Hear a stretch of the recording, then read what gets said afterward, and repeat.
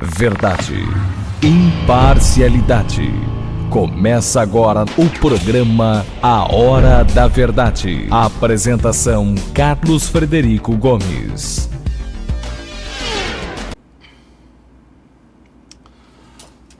Olá, amigo assinante, estamos iniciando mais um programa A Hora da Verdade na sua TV Mais, canal 15 da Multiplay, na sua TV Litoral, canal 5 da NET.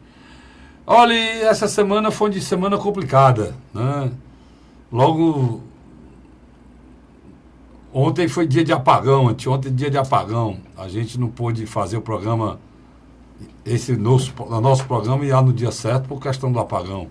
Mas esse apagão não foi só no estado do Ceará, nem nos outros estados do Brasil, não. O apagão foi em todas as áreas. Nós já temos um apagão no Executivo, já temos um apagão há muito tempo no Legislativo e terminou de fechar os três poderes com o apagão do Judiciário. O Judiciário brasileiro deu uma demonstração vergonhosa, né? Mas foi bom, porque se viu o nível do Judiciário brasileiro. Nós temos que agradecer ao Roberto Jefferson descobrir a esculhambação do Mensalão. E nós temos que agradecer ao ministro Gilmar Mendes, todo mau caratismo que ele é peculiar a ele, ele descobriu que não é só ele que é mau caráter, tem ele e muitos outros lá, né? E é até bom isso aconteça também.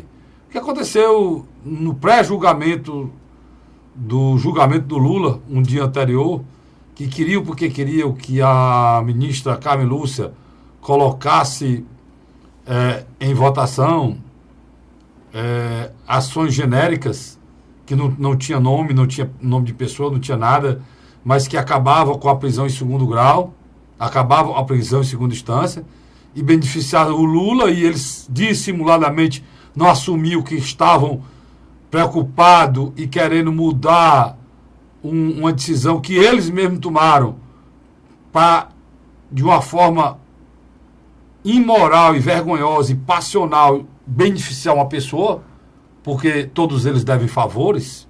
A grande realidade que a gente vê é essa, né? E não suportam a pressão que está sendo feita lá. Eles quiseram julgar duas ações genéricas, ações de inconstitucionalidade em relação à prisão em segunda instância, e voltar a discutir essa prisão em segunda instância pela terceira vez, que anteriormente, há 7 anos atrás, 8 anos atrás praticamente, já tinha se decidido que não podia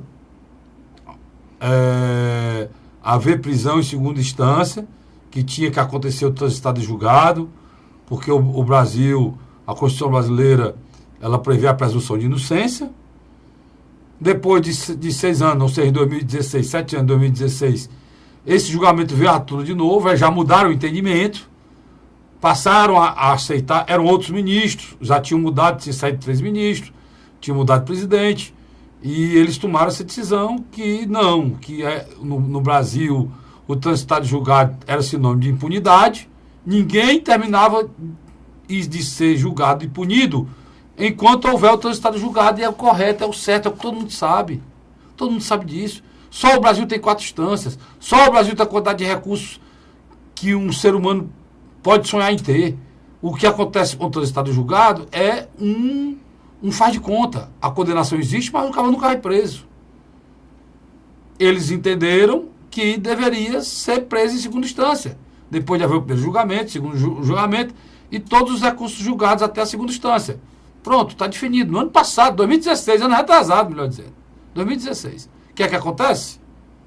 O presidente Lula foi condenado por instância, foi condenado por instância, pode ser preso. Aí tem que mudar tudo. Porque o Lula é um ser de outro planeta, extraterrestre, não é cidadão. Ou se é um cidadão especial, ou esse país não é republicano, ou, melhor dizendo, o executivo é corrupto, o legislativo conivente e corrupto, e o judiciário igual. Os 3 poderes são iguais. Ou seja, o nosso país está no grande impasse institucional. Quando 48% da população, 48% da população, nenhum candidato a presidente vai atingir esse 48%. 48% da população, não é dos eleitores, não. consultada diz claramente que queria que o país voltasse a ser comandado pelo Exército ou pelas Forças Armadas, é porque ninguém aguenta mais isso, cara. Aí a presidente Carmen Lúcia, aí parabenizá-la, de uma forma inteligente, colocou o recurso do Lula para ser julgado. Mas foram para o julgamento. No julgamento, discutiram o tempo todo se ele poderia ter direito a habeas corpus ou não. E o Fachin disse que ele não podia ter direito, num levantamento, num questionamento feito pelo Ministério Público, pela Raquel Dodge. Depois que decidiram isso, é que foram... Não, ele pode ser votado o recurso, o tal de habeas corpus, o habeas corpus preventivo, para ele não ser preso. Não dava mais tempo, porque um ministro ia viajar, ia passear. E não dava para votar sexta-feira ninguém trabalha. E não pode votar na próxima Semana Santa. A Semana Santa do Judiciário é a Semana Santa mesmo. Não é como a sua, que começa sexta-feira da paixão, não. A deles começa segunda. Então a semana toda perdida. E eles têm a coragem de discutir isso lá na hora. O país numa situação grave dessa, eles têm a coragem e pegam o julgamento mesmo do habeas corpus e protela para o dia 4, depois da Semana Santa, já em abril. A gente pode esperar o quê de um país desse? Eu não espero nada. Vou ser bem sincero com vocês.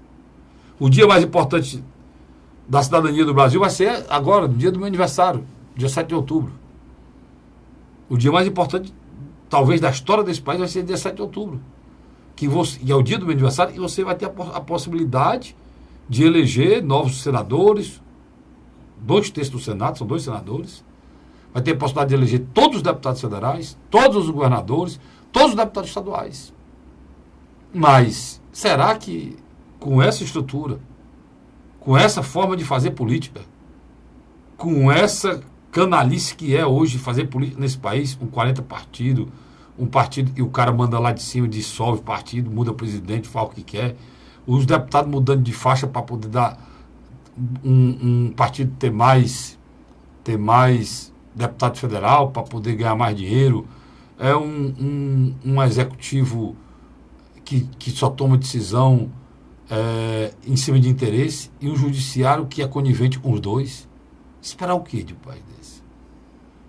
É o que o Gilmar Mendes mostrou lá. Ele tem interesse de soltar um bocado de gente, está chateado porque os habeas corpus não estão sendo julgados, e aí critica a presidente do Supremo, vai para cima do Luiz Fux e mostra que ele está fazendo jogo de interesse e tirando de pauta o auxílio moradia para que os senhores juízes, continuem ganhando sem poder, de forma imoral. Tem juiz que tem 4, 5 imóveis e recebe auxílio moradia. Auxílio moradia do juiz é o salário de um advogado que trabalha 5 mil reais. Se um escritório de advocacia pagasse ao mesmo 3 mil, um advogador, é o auxílio moradia de um juiz. Fora a quantidade enorme de penduricalho que ele tem além disso. 5 bilhões por ano. E eles tiram de pauta. O Gilmar Mendes mostrou o seu Barroso, que liberou assassinos, porque o aborto é crime. Crime de aborto clandestino é de assassinos. Liberou assassinos em cima de uma canetada, passando por cima da Constituição brasileira, criando subterfúgio para enganar as pessoas e passar por cima da Constituição. Isso quem está dizendo foi eu, não. Quem disse foi Gilmar Mendes. E Gilmar Mendes foi destruído. Foi muito feliz o Barroso quando falou quem ele era. E no final ele disse que o Gilmar Mendes sozinho envergonhava o tribunal. Quem envergonha o tribunal são todos vocês. Não o tribunal, não. Vocês envergonham a nação inteira, o Supremo Tribunal Federal. Hoje, vocês são um tribunal desmoralizado. Desmoralizado. Sem o respeito de nenhum cidadão brasileiro. Tá certo? E o pior de tudo isso, no final, ele deu o nocaute para que o senhor Barroso se afastasse, ou melhor, vendesse o escritório da advocacia. ele deu a pitada final, a verdade final, que todas as pessoas, quase todos no país, com raras e honrosas exceções desses magistrados, têm ligação com o escritório da advocacia. E o direito vira, na realidade, um grande negócio. E é nisso que nós estamos, e é assim que nós estamos vivendo. Eu digo para vocês, hoje eu sou um cidadão sem esperança alguma que esse país mude. Não sei o que é que precisa ser feito. Se eu soubesse, eu diria. Mas sou um cidadão deprimido de viver num país que eu não vejo saída. Infelizmente, né, Luiz? Sem dúvida. Infelizmente. O juiz Sérgio Moro estava preparado para prender o Lula. Agora tem que aguardar depois do dia 4. Já havia o Ministério Público Federal, a Polícia Federal e outros órgãos que também estavam atentos, como a Receita Federal, estavam todos já esperando, antes da Semana Santa, prender Lula. Na minha avaliação, o calvário do Lula já está pronto. Lembra ao telespectador, ele não é mais réu não. Ele já foi sentenciado. O Lula vai cumprir futuramente. Não sei quando não, Luiz. Eu já penso diferente. Aqui, o placar que deu a publicidade foi 7-4. Na realidade foi 7-3, né? Ela votou simplesmente... Diz que o seu Gilmar Mendes não vai estar na próxima votação. Vai viajar. São 5, aí fica 5-5. Tu sabe como é que vai ser isso. O que eu sei é que é imoral. Esse povo não tem compromisso com nada, ô Luiz. O povo não tem compromisso com nada. Nem um fato grave como esse aqui, que o país todo está... Eles não deixam de viajar, ele não pode fazer uma sessão na segunda-feira, ele não pode fazer uma sessão na terça-feira, na quarta-feira. Eles não mudam nada por nada. A Semana Santa deles é de segunda a segunda. Não é? E eles querem ter o respeito do povo brasileiro. Eles falam como se eles fossem criaturas que merecem o nosso respeito. Respeito de quê? O que eu discuto sobre o julgamento, Luiz, é o seguinte, cara, você para julgar uma pessoa, para falar de uma pessoa, você tem que dar exemplo. Como é que um juiz pode julgar um vereador, um deputado, um senador, porque recebeu uma verba indevida, como vereador, como deputado ou como senador, e julga, e prende, bota na cadeia. E eles recebem auxílio moradia, tendo apartamento próprio, Luiz. Você está entendendo o que eu estou querendo dizer? Sim. Então, o judiciário, cara, precisa entender que a gente precisa ter neles a única esperança. A minha revolta aqui é porque com a atitude do Supremo, você perde a esperança. O que é que aconteceu, Luiz? Eles não votaram o habeas corpus, passaram a sessão inteira discutindo se podia votar ou não o habeas corpus, se cabia ou não, decidiram que cabiam. Quando decidiram que cabiam, não tinha mais tempo, um tinha que viajar. Aí, porque tinha que viajar, o mundo espere, porque eu tenho que viajar. Eu não adianto viagem, não. O mundo espere. Eu não posso adiar minha viagem. O mundo espere. Eu queria saber se o ministro Marco Aurélio Melo, que foi o homem que fez a confusão todinha, ele que fez a confusão, depois disse que ia viajar. Ele chegasse lá no aeroporto e desse um problema, uma chuva ou neve, alguma coisa, ele não pudesse viajar. Ele não ia adiar a viagem dele, não. Ia, não ia? Ia. Mas não. Ele não podia adiar, não. Botaram o julgamento, não, próxima semana é Semana Santa. Como se a Semana Santa do nosso país for de segunda a segunda. Não, só pode ser pautado agora para a próxima semana. Dia 4. Isso depois do Gilmar Mendes expor as vísceras do Supremo para todo mundo, né, Luiz? Que ele expôs a víscera do Supremo para todo mundo. E o toque final foi essa do escritório da advocacia do Barroso, né? Você disse uma coisa para mim interessante há meses atrás. Era necessário abrir a caixa de Pandora do Judiciário. Assim como nós temos a prontidão tanto do Executivo como do Legislativo, falando de Câmara Federal e Senado, nós também temos um Judiciário que cada vez mais se apequena durante esse processo. Uma coisa é certa, a aliança entre setores do Judiciário com uma classe política para afundar o Lava Jato é real, existe. Isso eu não tenho a menor dúvida. Por exemplo, eu vi uma discussão que me chamou a atenção. Por que não julgaram o pedido de habeas corpus do Palocci, antes do Lula?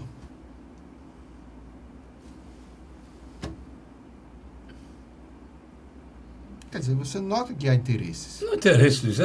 Aquilo ali tudo é forçado, macho. Ali é força de poder. As decisões são tomadas com o retrato do cara. A justiça, ela por si própria tem que ser impessoal. O símbolo da justiça, aquela venda nos olhos e a balança, é dizer que ela é justa no peso. Na medida. E é cega porque ela não julga, ela não olha para quem está julgando. Por paixão. Não, ela não olha, ela não é pessoal. O olhar da justiça não pode ser pessoal.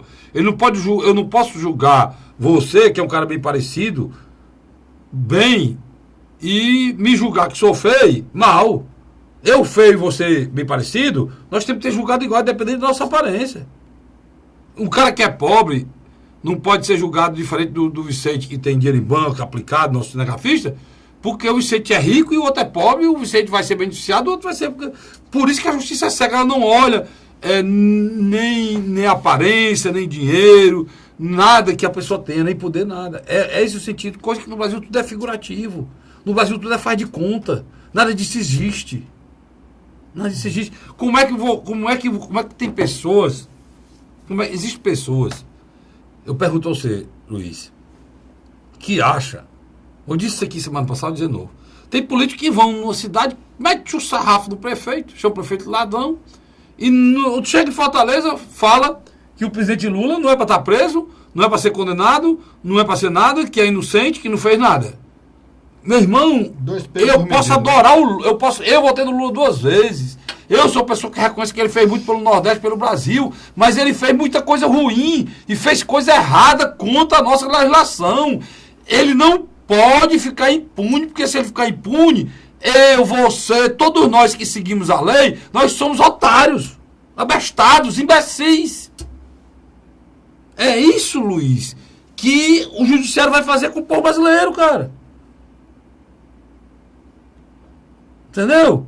Quando você cria uma casta de intocáveis, até mesmo no meio do seio da ladruagem, das pessoas que fizeram parte do esquema de corrupção da Petrobras, Luiz, vários foram presos, cara. Estão presos. Vários estão presos. O Bandini. Não, o Bandini do Banco do Brasil. Não, esse mesmo caso do Lula. Foi preso anteontem da Angevix. Foi condenado em primeira, segunda instância, há 30 anos, foi preso ontem.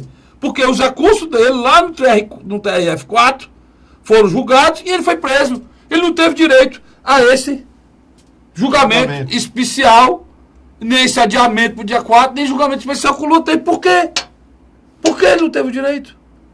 Por que o Supremo não fez isso? Por que não pautou?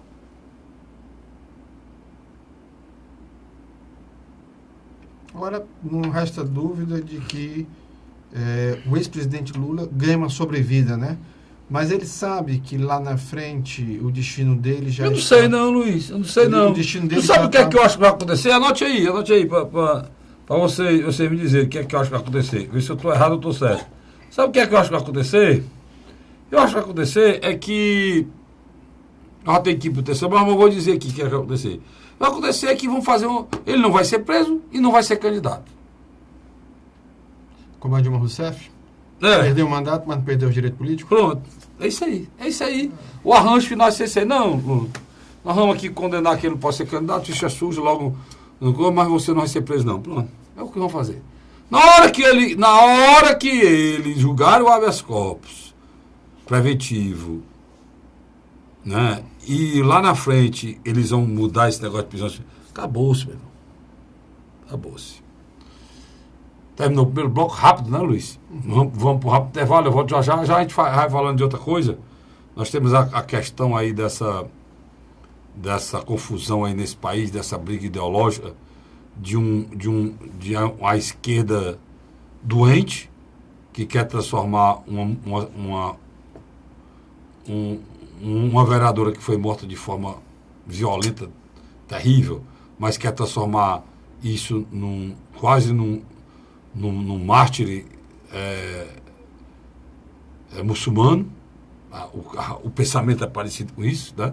Aqueles que pegam o cadáver, saem andando no meio da rua e falando e gritando, passam o dia com o cadáver para cima e para baixo, sem respeitar a vítima e nem a família dela. E uma direita vergonhosa, uma direita imoral, que mente, que cria fato e que destrói a imagem de uma pessoa que não pode nem se defender, que já morreu. Eu vou entrar no meio desses dois extremos. Porque o que eu vi essa semana, o nosso país realmente está doente. Além de tudo que está acontecendo, a população ainda está doente. Doente mentalmente. Eu volto já. Sai daí não. A Hora da Verdade.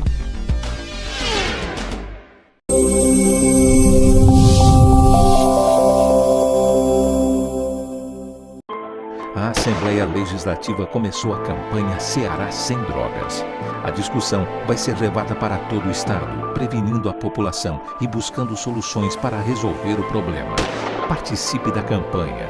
Juntos ficamos mais fortes para combater essa verdadeira tragédia que destrói famílias, futuro e muitas vezes a própria vida. Ceará Sem Drogas, uma luta de todos nós. Assembleia Legislativa do Estado do Ceará. José de Arimanteia, Uruoca. Acordo 8 horas, 9 horas, aí carrego o carro e vou lá pegar água. Aí sai distribuindo os comércios.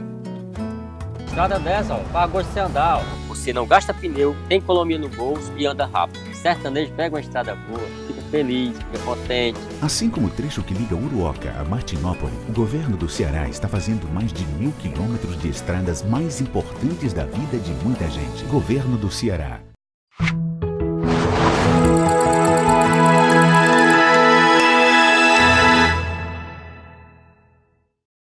A Hora da Verdade. Estamos de volta com o segundo bloco do seu programa Hora da Verdade na sua TV+, canal 15 da Multiplay, e na sua TV Litoral, canal 5 da NET, tá certo? Luiz, eu falei lá no bloco passado e vou reiterar aqui. Cara, eu nunca pensei que esse país... A gente fala muito aqui que o país está dividido, né? Entre a direita e a esquerda, mas eu nunca pensei que era tão vergonhoso, tão imoral. Não respeita mais nem a morte de ninguém, nem família, nem filho, nem nada, cara, nem de um lado nem do outro. O pessoal, junto com a Globo, resolveram pegar a pobre da vereadora que morreu tragicamente e usar ela como símbolo político. Estão usando o nome da vereadora como símbolo político. Eu vou contar um fato para você da minha vida, aqui para você ter ideia. O meu pai morreu no ano em que o Ciro era candidato a governador. 1990. Onde foi, Luiz? 1990. O Luiz sabe de tudo. Papai morreu no dia 22 de setembro de 1990. Certo, Luiz? Praticamente às vésperas das eleições. O que é que a gente da família decidiu? Vamos levar para Sobral, fazer o enterro em Sobral. Papai nasceu em Sobral e os pais deles e os avós dele e os irmãos são todos enterrados lá. Vamos levar para Sobral para fazer o enterro lá e lá ia ter o quê? O sobrinho candidato a governador ia ter o quê? Ia ter discurso, ia ter até bebo no pé do caixão, coisa que meu pai jamais merecia, fazendo discurso em campanha política, cara. Diz respeito à história de um homem de bem, diz respeito à história de um homem honesto, diz respeito à história de um homem sério, diz respeito à história de um homem que só fez trabalhar na vida e era um homem muito humilde. E jamais faria isso no enterro de ninguém. Que foi que nós decidimos na família? Nós fizemos, compramos um jazido aqui no Parque da Paz e enterramos ele aqui longe de oba-oba político. Eu acho que o Ciro passou por lá. Ele estava viajando, passou por lá. Eu estou me lembrando que ele passou por lá. Na hora do enterro. Passou rapidamente. Mas não acompanhou ninguém. Porque ele já sabia que a gente queria chorar a perda do nosso norte, do meu norte, do norte dos meus irmãos também, da pessoa mais importante da vida da gente, né, que era meu pai e minha mãe, e de um homem que não deixou nada, coisa nenhuma de patrimônio, mas deixou um legado de uma criatura do bem, de um homem honesto, de um homem correto, de um homem sério, de um homem digno, respeitado e falado até hoje. O meu pai me abre mais portas para mim do que qualquer parente importante que eu tenho até hoje. Então, por que eu estou dizendo tudo isso? Estou falando moral, né? Respeitem a vida dessa vereadora, cara. O PSOL e a esquerda tá usando, cara. usando politicamente no ano de eleição, de uma forma já que ficou nojenta. Me perdoe. A ex-presidente Dilma Rousseff fez um discurso na qual dizia que ela era uma vítima fatal do golpe. Olha aí, cara, já está voltando o golpe. Aí você volta, eu estou falando desse lado aí, você vê um ano de eleição, fazem esse jogo todinho. Do outro lado, a direita vê que estão fazendo política e trata a morte de um ser humano como se esse ser humano fosse candidato a alguma coisa. O que a direita está fazendo? Está destruindo a imagem de uma vereadora que lutou pelas pessoas da comunidade dela. Quer dizer, em outras palavras, houve a morte física e agora querem matar a imagem dela. Pelo amor de Deus, cara. Eles estão criando aquela desembargadora, se é que pode chamar aquilo de desembargadora do Rio, como é que a mulher daquela chega a ser desembargadora, né? Aquela desembargadora, porque até chegar a juiz, tudo bem, é um concurso. Mas pegar uma criatura daquela e botar, escolher para ser desembargadora, aquilo ali é imoral, macho. Imoral, que ela falou, e pior, mentindo. Aí depois teve que se desculpar. Aquele deputado que é coronel, que até relatou lá do negócio lá das armas, né? Acho que é. Outro imbecil, e disse, não, eu errei, porque eu peguei aqui. Meu amigo, como é que você pega uma coisa na internet e repassa? E posta, sem saber se é verdade ou não? Será que todo mundo não sabe a quantidade de mentira que tem nesta internet, não? De 100 postagens de política, 90 são mentirosas ou mal contadas. Fake news. Fake news. Aí, Luiz, você vê, olha, Marco, olha aqui, eu vou mostrar logo aqui, como é que a direita tem a coragem de atingir a vida de uma pessoa que já morreu em defesa. Diz aqui, ó, heroína, aí bota, defende o aborto, ideologia de gênero, legalização da maconha, defende traficante, criminosos, cultura antiética, cultura anticristã, é contra a polícia, contra o exército, contra a disciplina, contra os valores familiares, heroína de quê? Olha. O discurso do ódio, né? É o discurso do ódio, né? Vamos lá. Defende o aborto. Fernando Henrique também defende. Foi presidente, o exército todo dos pais dele e a polícia também. Ideologia de gênero. Por exemplo, eu sou contra o aborto. Eu, Cássio Direito. Sou a favor da vida. E eu acho até um antagonismo, desculpa o pessoal do PSOL aí, que eu admiro muito o pessoal pela qualidade de mandatos como tem do Renato Rosendo. Mas o que é que acontece? Se você defende o aborto, você não pode defender direitos humanos. Tá ficando doido, Castor? Não, eu tô falando a coisa mais simples do mundo. Só quem tem esse argumento, e fala esse argumento, sou eu. Isso aqui eu não copiei canto nenhum, não. Sou eu que falo. E falo há muito tempo. Meu amigo Cláudio Maza, que é uma das pessoas que organiza aqui as passeatas em favor da vida contra o aborto, ele ficou pensando no que eu falei. Ele é ouvinte do meu programa lá da Verdade no rádio e é também telespectador desse programa na televisão. Por que eu digo isso? Porque, Luiz, como é que eu defendo os direitos humanos e esqueço do direito humano de um bebê que nem nasceu e mato ele em defesa no ventre da mãe? Ele não é um ser humano, não, está no ventre da mãe. Eu falo de direitos humanos e defendo a necessidade de matar criança. Deixa eu só... Eu estou só dizendo aqui. Deixa eu só botar em outro... Mas eu não vou... Deixa eu só botar em outro patamar. Você mata ele quando é uma pequena célula. Você mata ele. Mas quando ele está grande, armado e aterrorizando os outros, você não quer que ele morra. Engraçado. Agora, não quero que ele morra, não. Não quero que ele seja nem preso, mas morrer. Agora, eu vou dizer o outro fato. Inclusive, o ministro Barroso, foi um dos que autorizaram que o aborto fosse feito com uma criança de 7 meses, né? Isso aí Não, 7 meses não. 7 semanas, eu acho. Não, 120 dias. São 4 meses, né? Né? 4 meses. Que a criança está totalmente formada. Eu discuti até isso com o Marcos. Pois é, ele autorizou que podia fazer até a cidade. Mas vamos lá. Defender o aborto, isso ainda é novidade. O Barroso defende e o Fernando Henrique defende. Ideologia de gênero, todo mundo defende, mano. Eu acho um esclarecimento. Por quê? Porque uma criança é uma criança e ela deve estar longe de sexo. Então, não é por questão cristã, religiosa, não. Uma criança, Luiz, a gente vai falar em sexo para criança? Vai falar em sexo para criança? Isso não é coisa para você discutir em colégio, sala de aula com criança.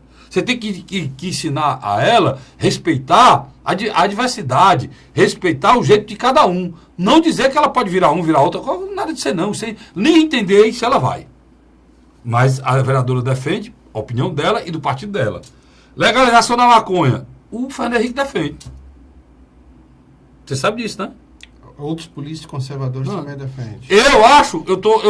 Por que eu não defendo de por quê? Eu estou dizendo tudo por que eu sou contra. Você já imaginou, eu na mesa de apuração, o médico fumando baseado para me cortar, cara?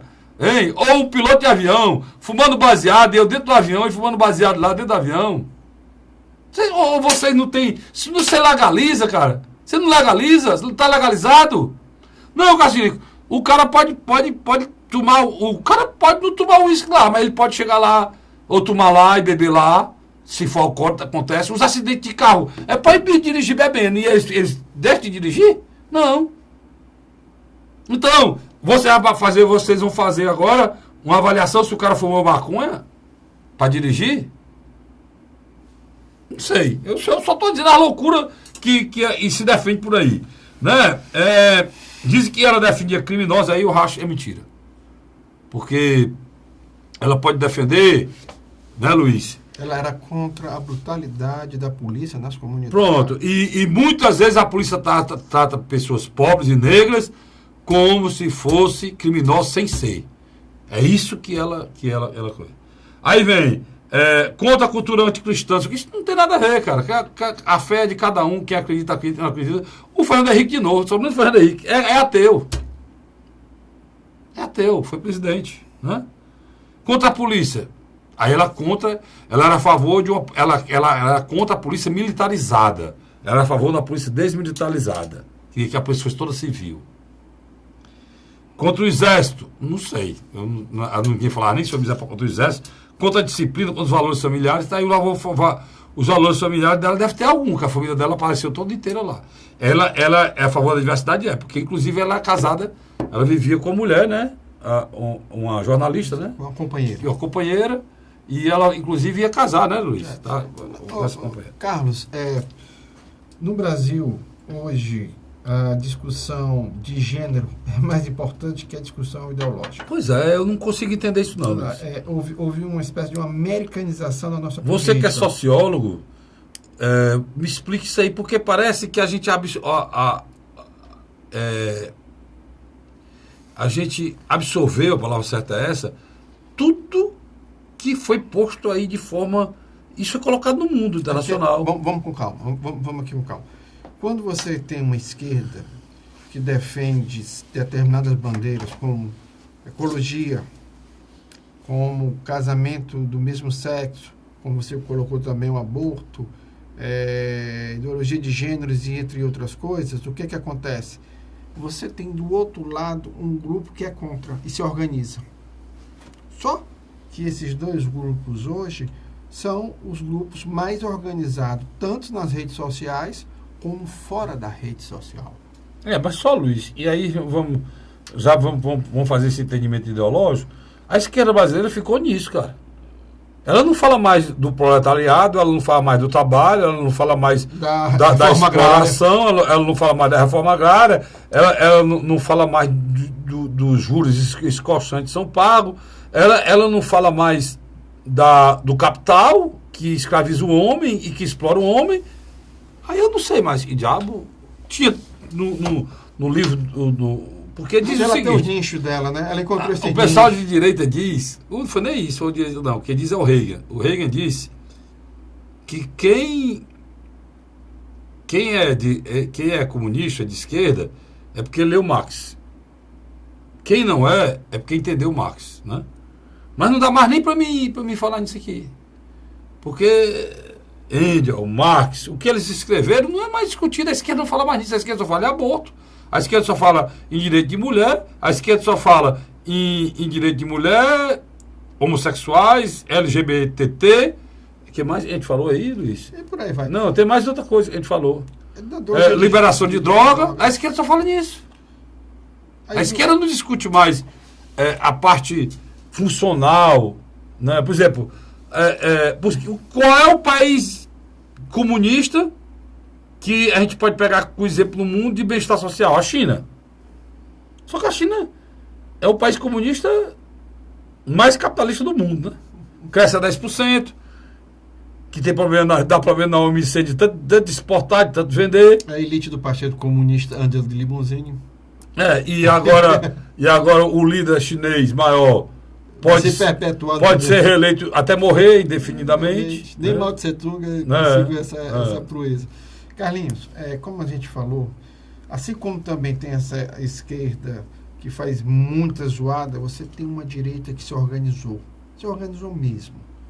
Principalmente no discurso a favor da pena de morte, a favor da militarização da sociedade. Quando eu falo militarização, um exemplo... Militarização.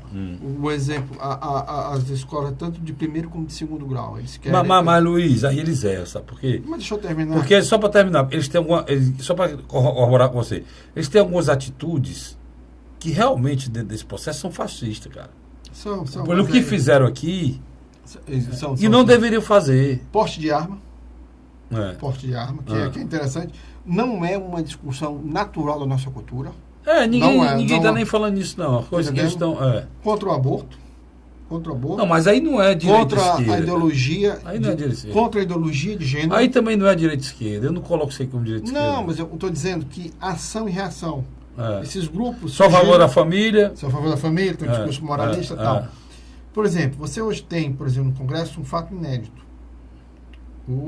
Você tem os parlamentares eleitos pela Igreja Católica e pela denominação evangélica, junto com os grupos espíritas, se unificaram.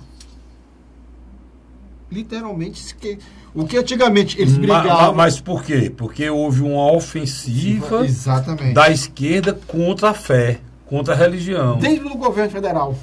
Dentro do governo federal. Em políticas públicas. Em política pública, verdade. Aí criaram ministérios de desconstrução da religiosidade. Aí isso teve uma reação muito forte. Mas tudo que a gente está vivendo, Luiz, é de novo uma alopragem. Tinha os aloprados lá, outros aloprados do PT que tiveram dentro do governo Lula e Dilma que criaram essa divisão no Brasil. Mas teve uma sem necessidade, né? Mas teve uma coisa que eu achei interessante. O deputado federal Jair Bolsonaro, quando questionado pela imprensa por que ele não tinha até agora se posicionado ou dado condolência à família da vereadora, ele disse que não iria falar nada. Porque, na realidade, o Bolsonaro está esperando a conclusão do inquérito. Ele está esperando.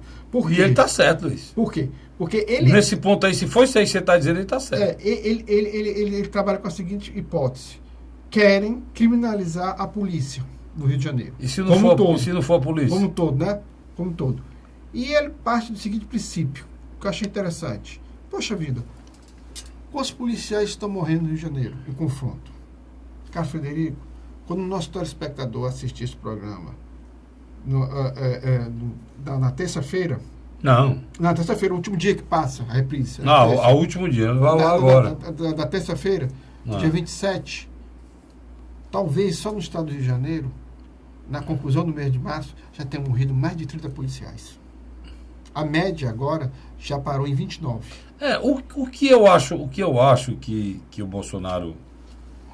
É importante essa cautela dele, no sentido de que a esquerda errou, Luiz. De novo. Quando ela fez o quê? Quando ela tomou a decisão, e essa decisão foi muito louca, que até a presidente do PT, o PT agora está surfando no PSOL, né? Na morte, o PT está surfando, o PT nacional, quando eu falo. Seu irmão siamês. Ele está surfando na morte de uma vereadora do PSOL e surfando na onda lá dele lá. Então, o PT nacional,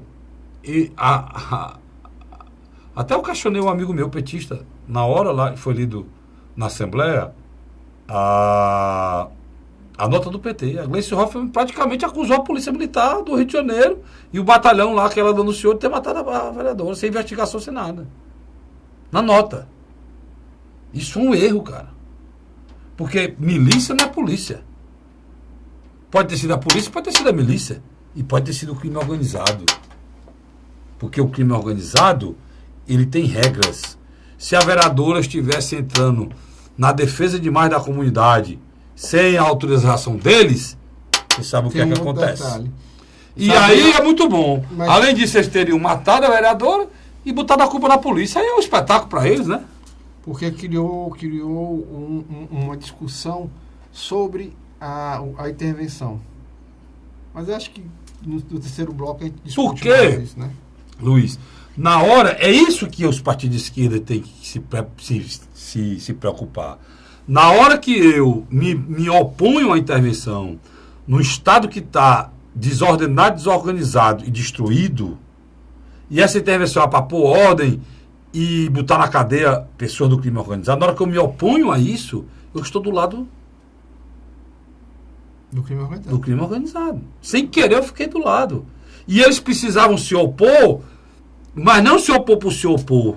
Se opor e dizer e procurar colocar detalhes e pedidos para que eles pudessem apoiar. Ou seja, criar uma comissão de parlamentares para acompanhar o que fosse feito dentro da comunidade, pedir para que os líderes da comunidade fossem ouvidos antes de uma entrada lá dentro.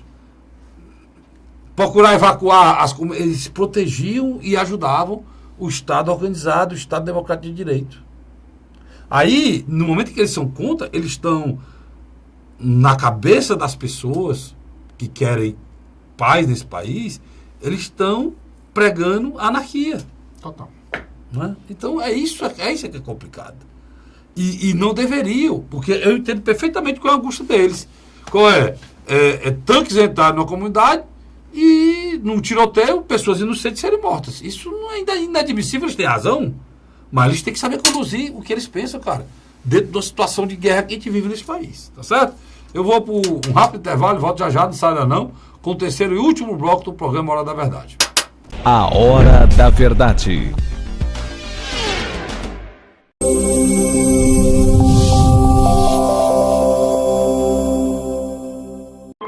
A Assembleia Legislativa começou a campanha Ceará Sem Drogas.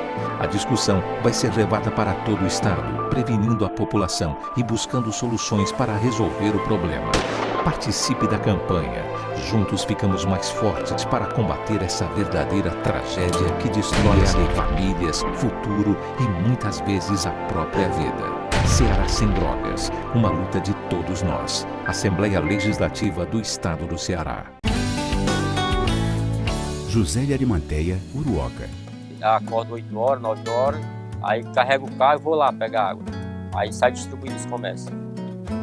Estrada dessa, ó, para gosto de você andar, ó. Você não gasta pneu, tem economia no bolso e anda rápido. Sertanejo pega uma estrada boa, fica feliz, fica contente. Assim como o trecho que liga Uruoca a Martinópole, o governo do Ceará está fazendo mais de 1.000 quilômetros de estradas mais importantes da vida de muita gente. Governo do Ceará.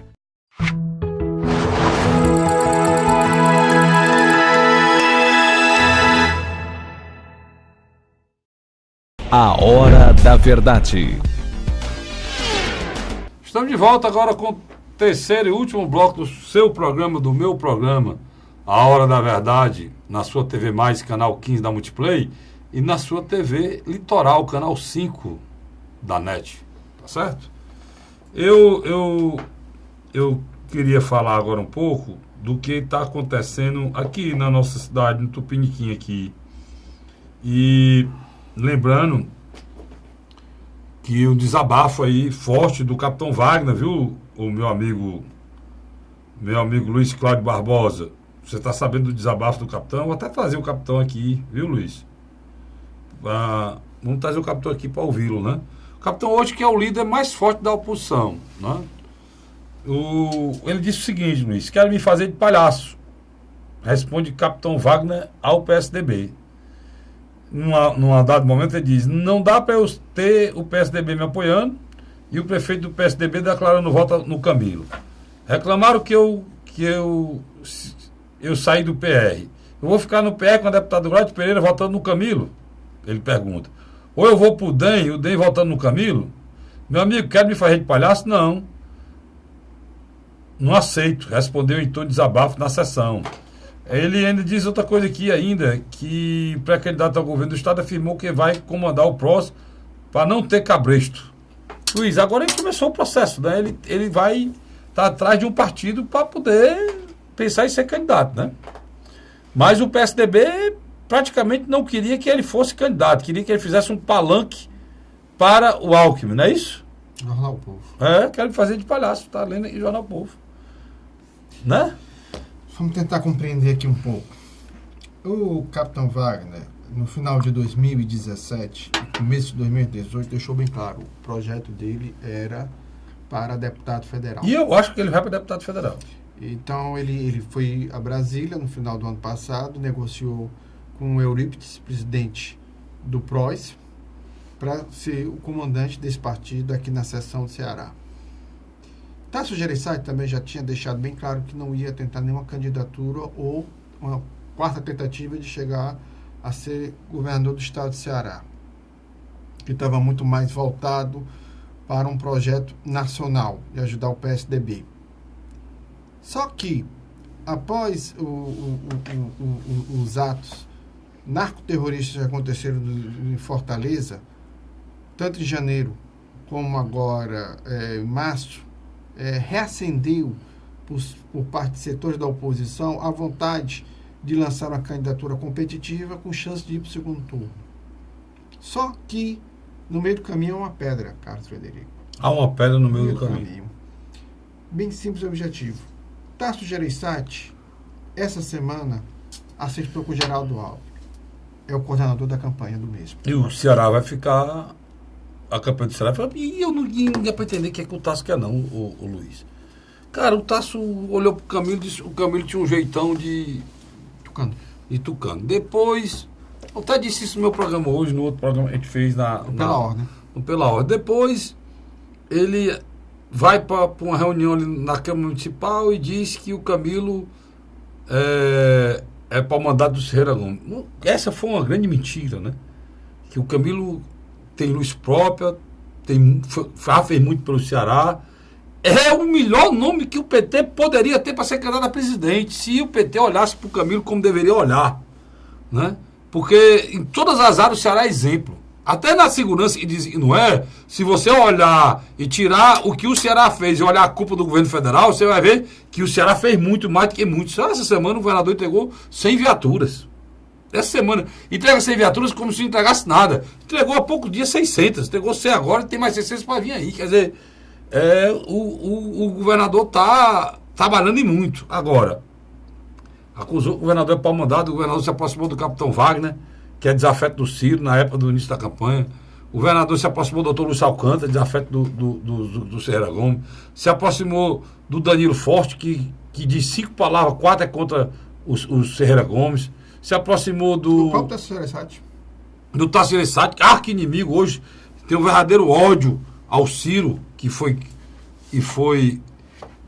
criatura feita pelo criador, que era o Tasso, né? E era o exemplo que a gente dava no Ceará, que o criador não brigou com a criatura, o único exemplo que tinha no Brasil, e acabou brigando, né?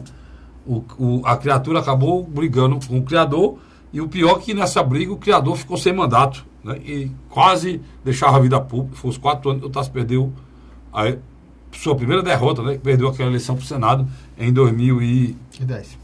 Então, a gente avaliar, aí o PSDB é a oposição, ao mesmo tempo o Maia Júnior está no governo. Boa colocação. Então, eu acho que o Capitão Wagner não está conseguindo entender nada disso. Não, né? As políticas de saneamento econômico do Estado do Ceará são todas elas de matriz tucana. Eu até falei a Lugiana aí, o aumento do PIB essa semana, Luiz, por favor, tu me lembrar isso? A Lugiana, o aumento do PIB essa semana, eu me lembrei, rapaz, o Cid e o Camilo, eles deram continuidade ao projeto de Estado montado pelo Tasso. É verdade. O Tasso fez o Porto do Pecém, o Tasso trouxe o Linhão para permitir a industrialização do Ceará, o Tasso fez o Castanhão para garantir a segurança hídrica. Reformou o aeroporto. Que a água que muita gente reclamava, a água que saia do Castanhão ia direto para o PECEM, para a indústria, e permitiu que o Ceará hoje tenha uma companhia de gás, que o Ceará hoje tenha a Ceará Portos, que o Ceará hoje tenha uma siderúrgica do porte dessa, e foi o grande responsável pelo aumento do PIB. Uma siderúrgica pensada pelo Tasso, concretizada no governo Cid, potencializada e realmente virou realidade pelo trabalho, pela insistência, pelo trabalho do Camilo. Né? E o resto do trabalho do governador Camilo, que é esse espetacular que ele está fazendo na área de turismo, conseguindo voo em cima de outro, agora está conseguindo voo para Marrocos, direto para Casablanca, já conseguiu um para Paris, já conseguiu um para Amsterdã, né? Paris, Amsterdã, agora estou conseguindo para a África. Pública e privada e aí vai, inaugurou o aeroporto de Jericoacoara, tem voo direto de São Paulo para Jericoacoara. Quer dizer, cada dia que passa. Era elefante branco, né? Cada dia que passa o turismo no Ceará cresce. E eu acredito que logo. O turismo de negócio, que foi um grande gol do governador Cid Gomes, muita gente criticou o governador Cid Gomes. Eu acho que o centro de eventos é o exemplo. E hoje o turismo de negócio é uma das coisas mais importantes para cá, para divulgar o Ceará. O cara vem para o congresso aqui de direito ou para o congresso de medicina, conhece o estado, acha bonito, volta com a família e por aí vai. Quer dizer, eles conseguiram,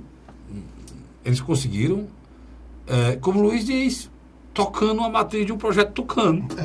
A matriz, a essência é tucana. Se você for discutir por que o Tasso é adversário desse governo que está aí ou do que saiu, é questão pessoal e política. Mas se for questão de olhar o Estado com os olhos, é o mesmo olhar. As mesmas bandeiras. A mesma bandeira. É a mesma coisa. Estado mínimo. Projeto de São José, que o Tasso valorizava, tanto eles valorizam também demais. Sem dúvida. Né? Agora o governador da semana entregou 100 tratores, né? 100 tratores o governador entregou aí, dentro do projeto de São José, frente com os outros projetos. Não, o projeto de São José é um projeto interminável, né? É um projeto de Estado feito pelo Tasso e mantido por todos. E sem dúvida com a chegada da água do Rio São Francisco, que vai chegar. Agora, Luiz, o que eu vejo na realidade, e aí, aqui, você está entendendo? Você entende esse programa? Porque o olhar aqui é o olhar sem partido. Nós não temos partido. Sem ideologia. Nós não temos partido, nós não temos parente, né, Luiz? Nós não temos nada. A gente vai. Tem dia que eu digo coisa aqui, tem dia que acha ruim, tem dia que manda recado, tem não sei o quê. Cara, eu não estou falando mal de ninguém.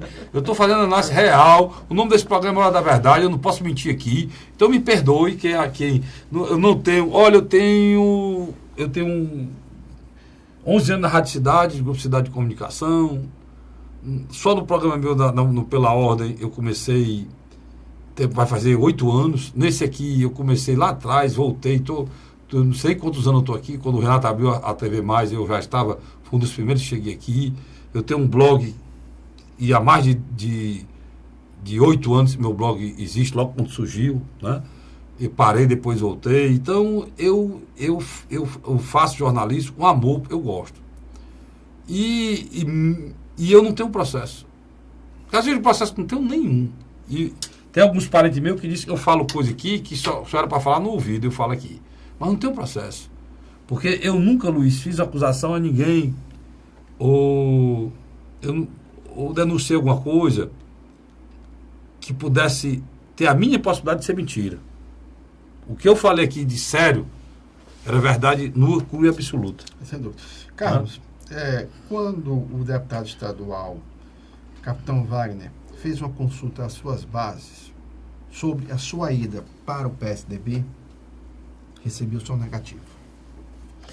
Porque o projeto com o Bolsonaro tinha que ser desfeito, né, Luiz? Não, aí que está o X da questão. O Capitão Wagner notou que seu eleitor tradicional vota no Bolsonaro. E esse eleitor no estado do Ceará é um eleitor antigo, Carlos. Não, e eu vou dizer uma coisa. Esse eleitor Luiz, olha, desde 1990... Eu fiz uma análise contigo sobre aquela pesquisa do Bolsonaro. Você lembra, né? Nós fizemos aqui. Lembro. E hoje eu conversando com meu companheiro Renato Abreu sobre essa pesquisa, e ele ficou olhando para mim assim, rapaz, tu tem razão. A mesma coisa que eu disse para vocês. Eu não sei se o Bolsonaro tem só 20% não, Luiz. Porque o cara que tem 20%, Luiz, ele não tem 13% de espontâneo não, Luiz. Quem tem 13% de espontâneo tem muito mais. Sem dúvida. Pelo que eu acompanho de pesquisa nos anos que eu faço. Aí você tem que... Vou lhe dar um exemplo. O Ciro tem 10, né? Quanto é que ele tem de espontâneo? 1,5. 2. Né? O próprio Lula, cara. O Lula tem quanto espontâneo naquela pesquisa? 17. Aí ele vai para 30, né? Como é que o cara tem 12 e fica com 20? 13. Com 13 e fica com 20.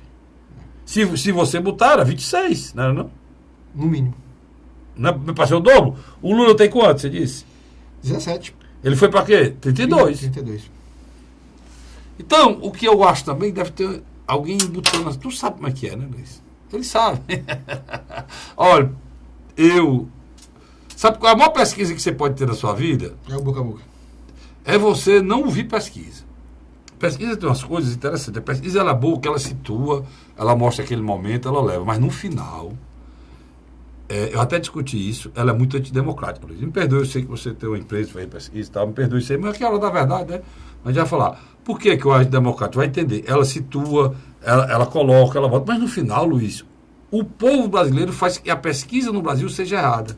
Deixa eu Por quê? Por causa do voto útil. Deixa eu só ler. Só terminando, só terminando o raciocínio. Eu vou lhe dar um dado que você vai achar interessante. Você tem 2 tipos de eleitor do Bolsonaro. Você tem aquele eleitor que põe a camisa do Bolsonaro, faz carreata, junta o dinheiro e monta um painel. Quer dizer, é o eleitor estridente, grita, vai, troca tabefe com a turma do Lula e do PT. Esse esculhambo até é morto. Mas você tem um outro eleitor do Bolsonaro. Calado. Silencioso. Aí que você está tocando no assunto. É esse aí que... Não falou. Não falou. Não se apresentou ainda. Pronto, perfeito. Aí eu estava falando a história do voto útil, é o seguinte. Quando o candidato tem possibilidade de ganhar, ou seja, por que é que ele não deixa o cara subir? Porque se botar que ele subiu, os caras calados, que estavam indecisos se votavam ou não, já vão passar a votar. Porque o cara tem chance de ganhar. Qual é o problema do Bolsonaro hoje? Muita gente duvida que ele chegue lá. Por quê? Porque o partido dele é nanico, PSL. E ele não está estratificado. Estou usando agora o linguajar os jargões. Os linguajar e os jargões usados pelo povo da pesquisa. Ele não está estratificado em todas as camadas sociais. Ele é muito limitado a um determinado público. E ele não é capilarizado no país como um todo. Está gostando disso? Eu posso trabalhar lá? Então, ele não está, eu vou usar a palavra minha, enraizado no Brasil, como é o Ciro Gomes. O Ciro Gomes tem voto no Rio Grande do Sul, o Ciro Gomes tem voto no Pará, o Ciro Gomes tem voto no Ceará, o Ciro Gomes tem voto no Rio de Janeiro, tem voto em São Paulo. Por quê? Porque ele tem recall, estou usando só as palavras dele, tem recall de 2 campanhas anteriores. E é um cara que conseguiu viajar o Brasil todo e se capilarizou e procura... Hoje ele está muito inteligente, ele procura... ele está procurando, está inteligente, ele está procurando, Luiz, se qualificar em todas as camadas do país. Ele tem um discurso para a população mais pobre, tem um discurso agora... Para a classe média. Para a classe média. E ele está agora falando nas religiões. Ele diz 10 palavras, 2 Assembleias de Deus, a Assembleia que é enorme, né? A congregação da Assembleia de Deus no Brasil, né? E falando também da Igreja Católica, que é a igreja que ele disse faz parte, né? Aquele familiarmente faz parte. E até mandar um abraço para o meu amigo Walter Cavalcante, foi um dos que... abriu as portas. Não, na primeira oportunidade que teve, disse para ele, foi lá, fez uma visita ao Ciro só para levar. Ele teve fez uma viagem, ganhou e se lembrou do Ciro, e é eleitor do Ciro, e foi dar ele falando do Brasil, né? E que o cristianismo é importante, o amor às pessoas e tal. O Walter falou isso aí. E até pode ser o Walter que ajudou a ele dentro desse processo. Porque essa eleição é complicada, Luiz, né? Ela é ímpar. Saiu uma reportagem aí, você acredita? Que perguntaram o seguinte: 80% da população não vota em um candidato e não acredita em Deus. Tu viu, não viu, Luiz? Sim. É tanto que a Rede Globo Televisão botou só... ela botou só de manhã, Luiz, e não botou no Jornal Nacional. Então, não é brincadeira não, é 80% da população quer que o candidato que possa ganhar a eleição para presidir o Brasil, Luiz, seja... O que você quer chegar? Temente a Deus. Que ponto você quer chegar? O Ciro faz um discurso liberal na área econômica, faz um discurso defendendo os direitos do cidadão para atrair a classe média, E a esquerda? principalmente a classe média, e começa a adentrar a um discurso conservador de defesa das bandeiras cristãs. Só falta ele pegar o viés que vai enfrentar a bandidagem. Aí ele toma a volta até do Bolsonaro, se ele fizer isso. Se ele fizer isso, ele toma até volta do Bolsonaro. É. Mas, Carlinhos, é isso mesmo. Eu acredito que a análise que nós fizemos foi a correta, em todos os sentidos. Eu acho que a alma do brasileiro é uma alma entristecida. Porque o último refúgio que ele encontrava para a estabilidade desse país era o judiciário, e isso não aconteceu. Não, a tristeza é grande. Luiz, obrigado, meu irmão. Eu que lhe agradeço. Você, assinante, valeu. Eu volto na próxima semana, se Deus quiser, com mais um programa A Hora da Verdade. Espero contar com você aí, se Deus quiser. Até lá. A Hora da Verdade.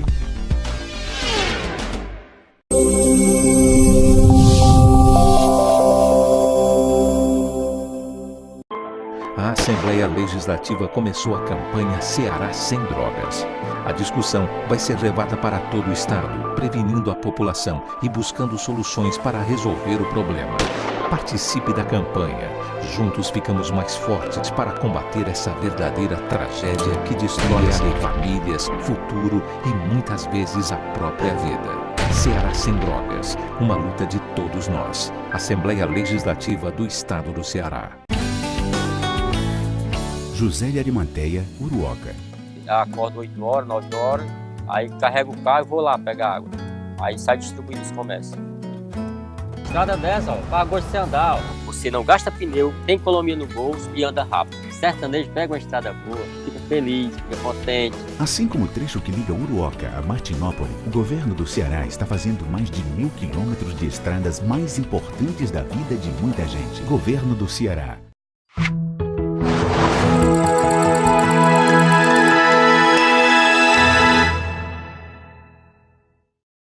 A Hora da Verdade.